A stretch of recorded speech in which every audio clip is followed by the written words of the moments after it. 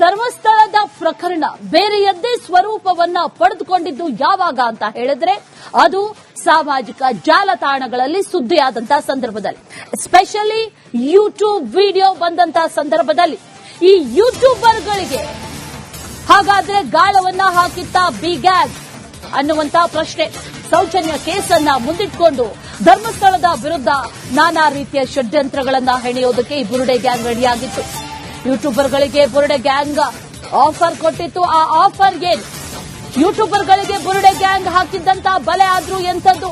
Republic ಕನ್ನಡದಲ್ಲಿ ಈ ಬುರುಡೆ ಗ್ಯಾಂಗ್ನ complete ಮಸಲತ್ತಿನ exclusive story.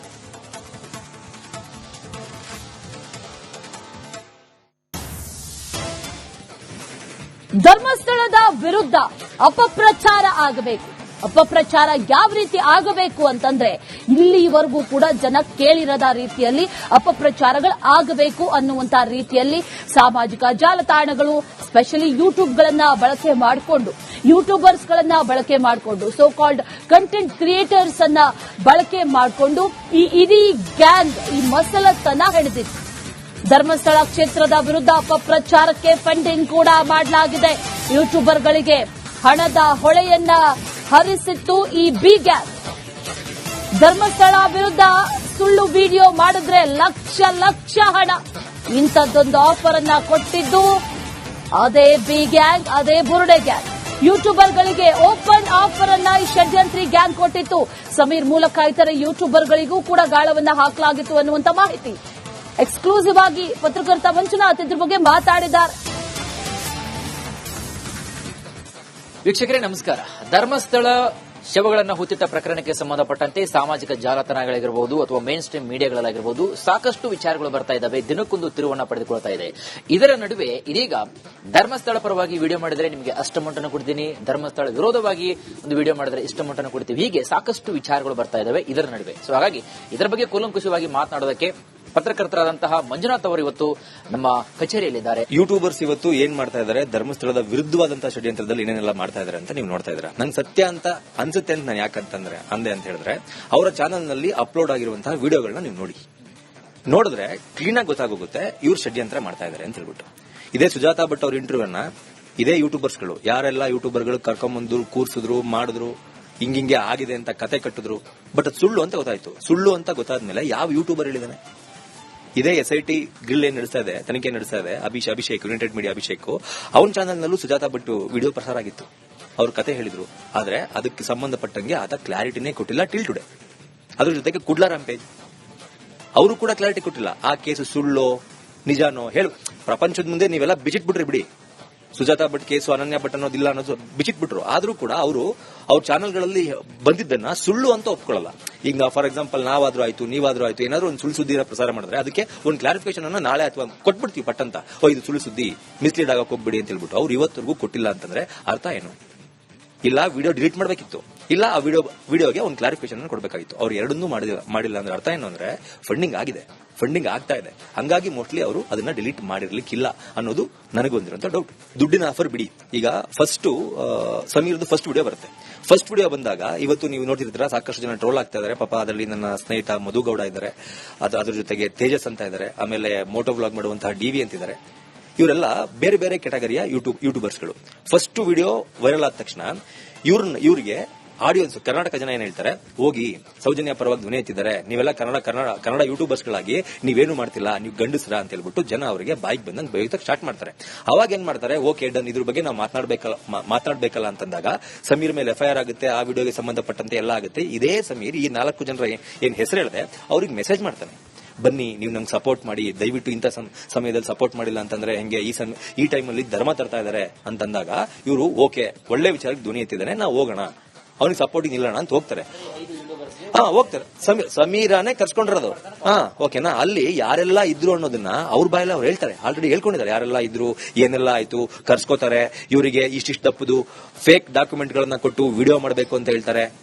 Video ಮಾಡಲಿಲ್ಲ ಅಂದ್ರೂ ಪರವಾಗಿಲ್ಲ, ನಿಮ್ ಚಾನಲ್ ನಲ್ಲಿ ಅಂದ್ರೆ ಅವಾಗ ಇವ್ರೇನ್ ಹೇಳ್ತಾರೆ, ನಂದು ಸಿನಿಮಾ ಫೀಲ್ಡ್ ನನ್ಗೆ ಇದ್ರ ಬಗ್ಗೆ ಗೊತ್ತಿಲ್ಲ, ನಂದು ಮೋಟೋ ಫೀಲ್ಡ್ ನನ್ಗೆ ಇದ್ರ ಬಗ್ಗೆ ಗೊತ್ತಿಲ್ಲ, ನಂದು ಕಾಮಿಡಿ ಜಾನರು ನನ್ಗೆ ಇದ್ರ ಬಗ್ಗೆ ಗೊತ್ತಿಲ್ಲ ಅಂತ ಅವ್ರು ರೀಸನ್ ಕೊಟ್ಟಾಗ, ಓಕೆ ನೀವು ಇದನ್ನ ಮಾಡಲಿಲ್ಲ ಅಂದ್ರೂ ಪರವಾಗಿಲ್ಲ, ಬನ್ನಿ ಒಂದು ರೌಂಡ್ ಟೇಬಲ್ ಅಲ್ಲಿ ಒಂದು ಡಿಸ್ಕಷನ್ ಮಾಡೋಣ, ಅದನ್ನ ನಾವು ರೆಕಾರ್ಡ್ ಮಾಡ್ತೀವಿ, ರೆಕಾರ್ಡ್ ಮಾಡಿ ನಾವು ಎಲ್ಲಾ ಕಡೆ ನಾವು ವೈರಲ್ ಮಾಡ್ತೀವಿ. ಅಂದ್ರೆ ಇವ್ರಿಗೆ ಬೇಕಾಗಿರೋದೇನಂದ್ರೆ ಕನ್ನಡದಲ್ಲಿ ಫೇಮಸ್ ಯೂಟ್ಯೂಬರ್ ಗಳಾರಿದ್ದಾರೆ, ಅವ್ರಿಗೆಲ್ರಿಗೂ ಕೂಡ ಟ್ರ್ಯಾಕ್ ಮಾಡಬೇಕು, ಅವರ ದಾರಿಯನ್ನ ತಪ್ಪಿಸಬೇಕು, ಅವ್ರ ಕೈಲಿ ಸುಳ್ಳು ಸುಳ್ಳು ಸುದ್ದಿಗಳನ್ನ ಪ್ರಸಾರ ಮಾಡಬೇಕು. ಅವಾಗ ಅವರಿಗಿರುವ ಮಿಲಿಯನ್ ಗಟ್ಟಲೆ ಫಾಲೋವರ್ಸ್ ಗಳು ಕೂಡ ಅದನ್ನ ನಂಬ್ತಾರೆ. ಈ ಪ್ರಕರಣಕ್ಕೆ ಇನ್ನೊಂದಷ್ಟು ಬೂಸ್ಟ್ ಸಿಗುತ್ತೆ ಅನ್ನೋದು ಒಂದು ಕಡೆ. ಇನ್ನೊಂದು ಕಡೆ ಫಂಡಿಂಗ್, ಸುಮಂತ್ ಗೌಡ ಹೇಳ್ದಂಗೆ ಅಭಿಷೇಕ್ ಓಪನ್ ಆಫರ್ ಕೊಟ್ಟಿದ್ದಾರೆ, ಬಾ ಹೋಗೋಣ, ಒಳ್ಳೆ ಸಬ್ಸ್ಕ್ರೈಬರ್ ಆಗ್ತಾರೆ, ವ್ಯೂಸ್ ಬರುತ್ತೆ, ಯೂಟ್ಯೂಬ್ ಅಲ್ಲಿ ದುಡ್ಡು ಬರುತ್ತೆ, ನಿನಗೆ ಉಳ್ಕೊಳ್ಳೋದಕ್ಕೆ ವ್ಯವಸ್ಥೆ, ನಿನ್ ದುಡ್ಡಿನ ವ್ಯವಸ್ಥೆ, ನಿಂಗೆ ಓಡಾಡೋದಕ್ಕೆ ವ್ಯವಸ್ಥೆ ಎಲ್ಲವನ್ನೂ ಈ ಇಡೀ ಧರ್ಮಸ್ಥಳದ ಪ್ರಕರಣ ಬೇರೆಯದ್ದೇ ಸ್ವರೂಪವನ್ನ ಪಡೆದುಕೊಂಡಿದ್ದು ಯಾವಾಗ ಅಂತ ಹೇಳಿದ್ರೆ ಅದು ಸಾಮಾಜಿಕ ಜಾಲತಾಣಗಳಲ್ಲಿ ಸುದ್ದಿಯಾದಂತಹ ಸಂದರ್ಭದಲ್ಲಿ, ಎಸ್ಪೆಷಲಿ ಯೂಟ್ಯೂಬ್ ವಿಡಿಯೋ ಬಂದಂತಹ ಸಂದರ್ಭದಲ್ಲಿ ಈ ಯೂಟ್ಯೂಬರ್ಗಳಿಗೆ ಹಾಗಾದ್ರೆ ಗಾಳವನ್ನ ಹಾಕಿತ್ತ ಬಿ ಗ್ಯಾಂಗ್ ಅನ್ನುವಂತ ಪ್ರಶ್ನೆ. ಸೌಜನ್ಯ ಕೇಸನ್ನ ಮುಂದಿಟ್ಕೊಂಡು ಧರ್ಮಸ್ಥಳದ ವಿರುದ್ಧ ನಾನಾ ರೀತಿಯ ಷಡ್ಯಂತ್ರಗಳನ್ನ ಹೆಣೆಯೋದಕ್ಕೆ ಈ ಬುರುಡೆ ಗ್ಯಾಂಗ್ ರೆಡಿಯಾಗಿತ್ತು. ಯೂಟ್ಯೂಬರ್ಗಳಿಗೆ ಬುರುಡೆ ಗ್ಯಾಂಗ್ ಆಫರ್ ಕೊಟ್ಟಿತ್ತು. ಆ ಆಫರ್ ಏನು? ಯೂಟ್ಯೂಬರ್ಗಳಿಗೆ ಬುರುಡೆ ಗ್ಯಾಂಗ್ ಹಾಕಿದ್ದಂತ ಬಲೆ ಆದ್ರೂ ಎಂಥದ್ದು? ರಿಪಬ್ಲಿಕ್ ಕನ್ನಡದಲ್ಲಿ ಈ ಬುರುಡೆ ಗ್ಯಾಂಗ್ನ ಕಂಪ್ಲೀಟ್ ಮಸಲತ್ತಿನ ಎಕ್ಸ್ಕ್ಲೂಸಿವ್ ಸ್ಟೋರಿ.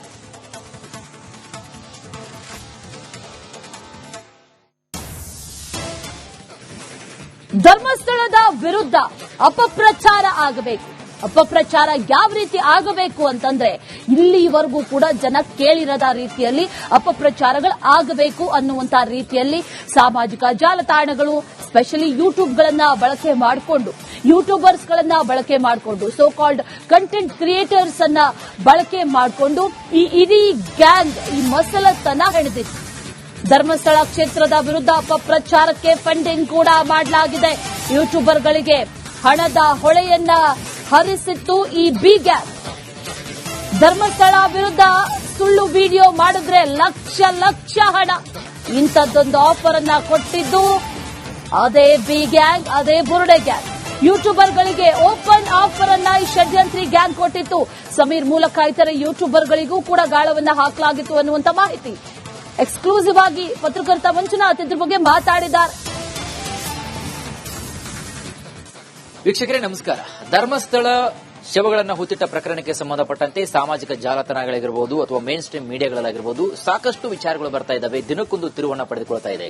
ಇದರ ನಡುವೆ ಇದೀಗ ಧರ್ಮಸ್ಥಳ ಪರವಾಗಿ ವಿಡಿಯೋ ಮಾಡಿದ್ರೆ ನಿಮಗೆ ಅಷ್ಟು ಅಮೌಂಟ್ ಅನ್ನು ಕೊಡ್ತೀನಿ, ಧರ್ಮಸ್ಥಳ ವಿರೋಧವಾಗಿ ಒಂದು ವಿಡಿಯೋ ಮಾಡಿದ್ರೆ ಇಷ್ಟು ಅಮೌಂಟ್ ಅನ್ನು ಕೊಡ್ತೀವಿ, ಹೀಗೆ ಸಾಕಷ್ಟು ವಿಚಾರಗಳು ಬರ್ತಾ ಇದ್ದಾವೆ ಇದರ ನಡುವೆ. ಸೊ ಹಾಗಾಗಿ ಇದರ ಬಗ್ಗೆ ಕೂಲಂಕುಷವಾಗಿ ಮಾತನಾಡೋದಕ್ಕೆ ಪತ್ರಕರ್ತರಾದಂತಹ ಮಂಜುನಾಥ್ ಅವರು ಇವತ್ತು ನಮ್ಮ ಕಚೇರಿಯಲ್ಲಿದ್ದಾರೆ. ಯೂಟ್ಯೂಬರ್ಸ್ ಇವತ್ತು ಏನ್ ಮಾಡ್ತಾ ಇದ್ದಾರೆ, ಧರ್ಮಸ್ಥಳದ ವಿರುದ್ಧವಾದಂತಹ ಷಡ್ಯಂತ್ರದಲ್ಲಿ ಏನೇನೆಲ್ಲ ಮಾಡ್ತಾ ಇದ್ದಾರೆ ಅಂತ ನೀವು ನೋಡ್ತಾ ಇದ್ದಾರೆ. ನಂಗೆ ಸತ್ಯ ಅಂತ ಅನ್ಸುತ್ತೆ ಅಂತ ನಾನು ಯಾಕಂತಂದ್ರೆ ಅಂದೆ ಅಂತ ಹೇಳಿದ್ರೆ ಅವರ ಚಾನಲ್ ನಲ್ಲಿ ಅಪ್ಲೋಡ್ ಆಗಿರುವಂತಹ ವಿಡಿಯೋಗಳನ್ನ ನೀವು ನೋಡಿದ್ರೆ ಕ್ಲೀನ್ ಆಗಿ ಗೊತ್ತಾಗೋಗುತ್ತೆ ಇವ್ರು ಷಡ್ಯಂತ್ರ ಮಾಡ್ತಾ ಇದ್ದಾರೆ ಅಂತ ಹೇಳ್ಬಿಟ್ಟು. ಇದೇ ಸುಜಾತಾ ಭಟ್ ಅವ್ರ ಇಂಟರ್ವ್ಯೂನ ಇದೇ ಯೂಟ್ಯೂಬರ್ಸ್ಗಳು ಯಾರೆಲ್ಲ ಯೂಟ್ಯೂಬರ್ಗಳು ಕರ್ಕೊಂಡ್ಬಂದು ಕೂರ್ಸಿದ್ರು, ಮಾಡಿದ್ರು, ಹಿಂಗಿಂಗೆ ಆಗಿದೆ ಅಂತ ಕತೆ ಕಟ್ಟಿದ್ರು.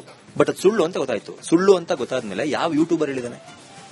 ಇದೇ SIT ಗ್ರಿಲ್ ಏನ್ ನಡೆಸ್ತಾ ಇದೆ, ತನಿಖೆ ನಡೆಸ್ತಾ ಇದೆ, ಅಭಿಷೇಕ್ ಯುನೈಟೆಡ್ ಮೀಡಿಯಾ ಅಭಿಷೇಕ್, ಅವನ ಚಾನಲ್ ನಲ್ಲೂ ಸುಜಾತಾ ಭಟ್ ವಿಡಿಯೋ ಪ್ರಸಾರ ಆಗಿತ್ತು, ಅವ್ರ ಕತೆ ಹೇಳಿದ್ರು. ಆದ್ರೆ ಅದಕ್ಕೆ ಸಂಬಂಧಪಟ್ಟಂಗೆ ಆತ ಕ್ಲಾರಿಟಿನೇ ಕೊಟ್ಟಿಲ್ಲ ಟಿಲ್ ಟುಡೇ. ಅದ್ರ ಜೊತೆಗೆ ಕುಡ್ಲಾರಾಮ್ ಪೇಜ್ ಅವರು ಕೂಡ ಕ್ಲಾರಿಟಿ ಕೊಟ್ಟಿಲ್ಲ. ಆ ಕೇಸು ಸುಳ್ಳೋ ನಿಜಾನೋ ಹೇಳು, ಪ್ರಪಂಚದ ಮುಂದೆ ನೀವೆಲ್ಲ ಬಿಚ್ಚಿಟ್ಬಿಟ್ರಿ ಬಿಡಿ. ಸುಜಾತಾ ಭಟ್ ಕೇಸು ಅನನ್ಯ ಭಟ್ ಅನ್ನೋದಿಲ್ಲ ಅನ್ನೋದು ಬಿಚ್ಚಿಟ್ಬಿಟ್ರು. ಆದ್ರೂ ಕೂಡ ಅವರು ಅವ್ರ ಚಾನಲ್ಗಳಲ್ಲಿ ಬಂದಿದ್ದನ್ನ ಸುಳ್ಳು ಅಂತ ಒಪ್ಕೊಳ್ಳಲ್ಲ. ಈಗ ಫಾರ್ ಎಕ್ಸಾಂಪಲ್ ನಾವಾದ್ರೂ ಆಯ್ತು, ನೀವಾದ್ರೂ ಆಯ್ತು, ಏನಾದ್ರು ಒಂದು ಸುಳ್ಳು ಸುದ್ದಿನ ಪ್ರಸಾರ ಮಾಡಿದ್ರೆ ಅದಕ್ಕೆ ಒಂದು ಕ್ಲಾರಿಫಿಕೇಶನ್ ಅನ್ನ ನಾಳೆ ಅಥವಾ ಕೊಟ್ಬಿಡ್ತೀವಿ ಪಟ್ಟಂತ, ಇದು ಸುಳ್ಳು ಸುದ್ದಿ, ಮಿಸ್ಲೀಡ್ ಆಗಕ್ಕೆ ಹೋಗ್ಬೇಡಿ ಅಂತ ಹೇಳ್ಬಿಟ್ಟು ಅವ್ರು ಇವತ್ತರೆಗೂ ಕೊಟ್ಟಿಲ್ಲ ಅಂತಂದ್ರೆ ಅರ್ಥ ಏನು? ಇಲ್ಲ ವಿಡಿಯೋ ಡಿಲೀಟ್ ಮಾಡಬೇಕಿತ್ತು, ಇಲ್ಲ ಆ ವಿಡಿಯೋಗೆ ಒಂದು ಕ್ಲಾರಿಫಿಕೇಶನ್ ಕೊಡಬೇಕಾಗಿತ್ತು. ಅವ್ರು ಎರಡನ್ನೂ ಮಾಡಿಲ್ಲ ಅಂದ್ರೆ ಅರ್ಥ ಏನು ಅಂದ್ರೆ ಫಂಡಿಂಗ್ ಆಗಿದೆ, ಫಂಡಿಂಗ್ ಆಗ್ತಾ ಇದೆ. ಹಂಗಾಗಿ ಮೋಸ್ಟ್ಲಿ ಅವರು ಅದನ್ನ ಡಿಲೀಟ್ ಮಾಡಿರ್ಲಿಕ್ಕಿಲ್ಲ ಅನ್ನೋದು ನನಗೊಂದಿರುವಂತ ಡೌಟ್. ದುಡ್ಡಿನ ಆಫರ್ ಬಿಡಿ, ಈಗ ಸಮೀರ್ದು ಫಸ್ಟ್ ವಿಡಿಯೋ ಬರುತ್ತೆ. ಫಸ್ಟ್ ವಿಡಿಯೋ ಬಂದಾಗ ಇವತ್ತು ನೀವು ನೋಡ್ತಿರ್ತೀರಾ ಸಾಕಷ್ಟು ಜನ ಟ್ರೋಲ್ ಆಗ್ತಾ ಇದಾರೆ. ಪಾಪ ಅದರಲ್ಲಿ ನನ್ನ ಸ್ನೇಹಿತ ಮಧು ಗೌಡ ಇದ್ದಾರೆ, ಅದ್ರ ಜೊತೆಗೆ ತೇಜಸ್ ಅಂತ ಇದ್ದಾರೆ, ಆಮೇಲೆ ಮೋಟೋ ವ್ಲಾಗ್ ಮಾಡುವಂತಹ DV ಅಂತಿದ್ದಾರೆ. ಇವರೆಲ್ಲ ಬೇರೆ ಬೇರೆ ಕ್ಯಾಟಗರಿಯ ಯೂಟ್ಯೂಬರ್ಸ್ಗಳು. ಫಸ್ಟ್ ವಿಡಿಯೋ ವೈರಲ್ ಆದ ತಕ್ಷಣ ಇವರಿಗೆ ಆಡಿಯನ್ಸ್ ಕರ್ನಾಟಕ ಜನ ಏನ್ ಹೇಳ್ತಾರೆ, ಹೋಗಿ ಸೌಜನ್ಯ ಪರವಾಗಿ ಧ್ವನಿ ಎತ್ತಿದ್ದಾರೆ, ನೀವೆಲ್ಲ ಕನ್ನಡ ಯೂಟ್ಯೂಬರ್ಸ್ ಗಳಾಗಿ ನೀವೇನು ಮಾಡ್ತಿಲ್ಲ, ನೀವು ಗಂಡಸ್ರ ಅಂತ ಹೇಳ್ಬಿಟ್ಟು ಜನ ಅವರಿಗೆ ಬಾಯಿಗೆ ಬಂದಂಗೆ ಬೈಯೋದಕ್ಕೆ ಸ್ಟಾರ್ಟ್ ಮಾಡ್ತಾರೆ.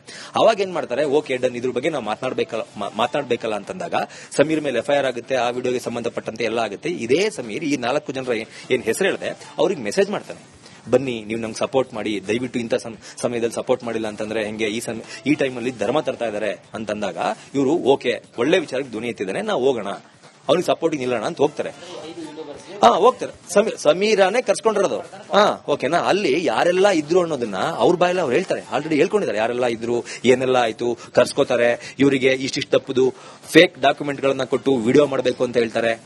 ವಿಡಿಯೋ ಮಾಡಲಿಲ್ಲ ಅಂದ್ರೂ ಪರವಾಗಿಲ್ಲ, ನಿಮ್ ಚಾನಲ್ ನಲ್ಲಿ ಅಂದ್ರೆ ಅವಾಗ ಇವ್ರೇನ್ ಹೇಳ್ತಾರೆ, ನಂದು ಸಿನಿಮಾ ಫೀಲ್ಡ್, ನನ್ಗೆ ಇದ್ರ ಬಗ್ಗೆ ಗೊತ್ತಿಲ್ಲ, ನಂದು ಮೋಟೋ ಫೀಲ್ಡ್, ನನ್ಗೆ ಇದ್ರ ಬಗ್ಗೆ ಗೊತ್ತಿಲ್ಲ, ನಂದು ಕಾಮಿಡಿ ಜಾನರು, ನನ್ಗೆ ಇದ್ರ ಬಗ್ಗೆ ಗೊತ್ತಿಲ್ಲ ಅಂತ ಅವ್ರು ರೀಸನ್ ಕೊಟ್ಟಾಗ, ಓಕೆ ನೀವು ಇದನ್ನ ಮಾಡಲಿಲ್ಲ ಅಂದ್ರೂ ಪರವಾಗಿಲ್ಲ, ಬನ್ನಿ ಒಂದು ರೌಂಡ್ ಟೇಬಲ್ ಅಲ್ಲಿ ಒಂದು ಡಿಸ್ಕಷನ್ ಮಾಡೋಣ, ಅದನ್ನ ನಾವು ರೆಕಾರ್ಡ್ ಮಾಡ್ತೀವಿ, ರೆಕಾರ್ಡ್ ಮಾಡಿ ನಾವು ಎಲ್ಲಾ ಕಡೆ ನಾವು ವೈರಲ್ ಮಾಡ್ತೀವಿ. ಅಂದ್ರೆ ಇವ್ರಿಗೆ ಬೇಕಾಗಿರೋದೇನಂದ್ರೆ ಕನ್ನಡದಲ್ಲಿ ಫೇಮಸ್ ಯೂಟ್ಯೂಬರ್ ಗಳಾಗಿದ್ದಾರೆ, ಅವ್ರಿಗೆಲ್ರಿಗೂ ಕೂಡ ಟ್ರ್ಯಾಕ್ ಮಾಡಬೇಕು, ಅವರ ದಾರಿಯನ್ನ ತಪ್ಪಿಸಬೇಕು, ಅವ್ರ ಕೈಲಿ ಸುಳ್ಳು ಸುದ್ದಿಗಳನ್ನ ಪ್ರಸಾರ ಮಾಡಬೇಕು. ಅವಾಗ ಅವರಿಗಿರುವ ಮಿಲಿಯನ್ ಗಟ್ಟಲೆ ಫಾಲೋವರ್ಸ್ ಗಳು ಕೂಡ ಅದನ್ನ ನಂಬ್ತಾರೆ. ಈ ಪ್ರಕರಣಕ್ಕೆ ಇನ್ನೊಂದಷ್ಟು ಬೂಸ್ಟ್ ಸಿಗುತ್ತೆ ಅನ್ನೋದು ಒಂದು ಕಡೆ. ಇನ್ನೊಂದು ಕಡೆ ಫಂಡಿಂಗ್, ಸುಮಂತ್ ಗೌಡ ಹೇಳ್ದಂಗೆ ಅಭಿಷೇಕ್ ಓಪನ್ ಆಫರ್ ಕೊಟ್ಟಿದ್ದಾರೆ, ಬಾ ಹೋಗೋಣ, ಒಳ್ಳೆ ಸಬ್ಸ್ಕ್ರೈಬರ್ ಆಗ್ತಾರೆ, ವ್ಯೂಸ್ ಬರುತ್ತೆ, ಯೂಟ್ಯೂಬ್ ಅಲ್ಲಿ ದುಡ್ಡು ಬರುತ್ತೆ, ನಿನ್ಗೆ ಉಳ್ಕೊಳ್ಳೋದಕ್ಕೆ ವ್ಯವಸ್ಥೆ, ನಿನ್ ದುಡ್ಡಿನ ವ್ಯವಸ್ಥೆ, ನಿಂಗೆ ಓಡಾಡೋದಕ್ಕೆ ವ್ಯವಸ್ಥೆ,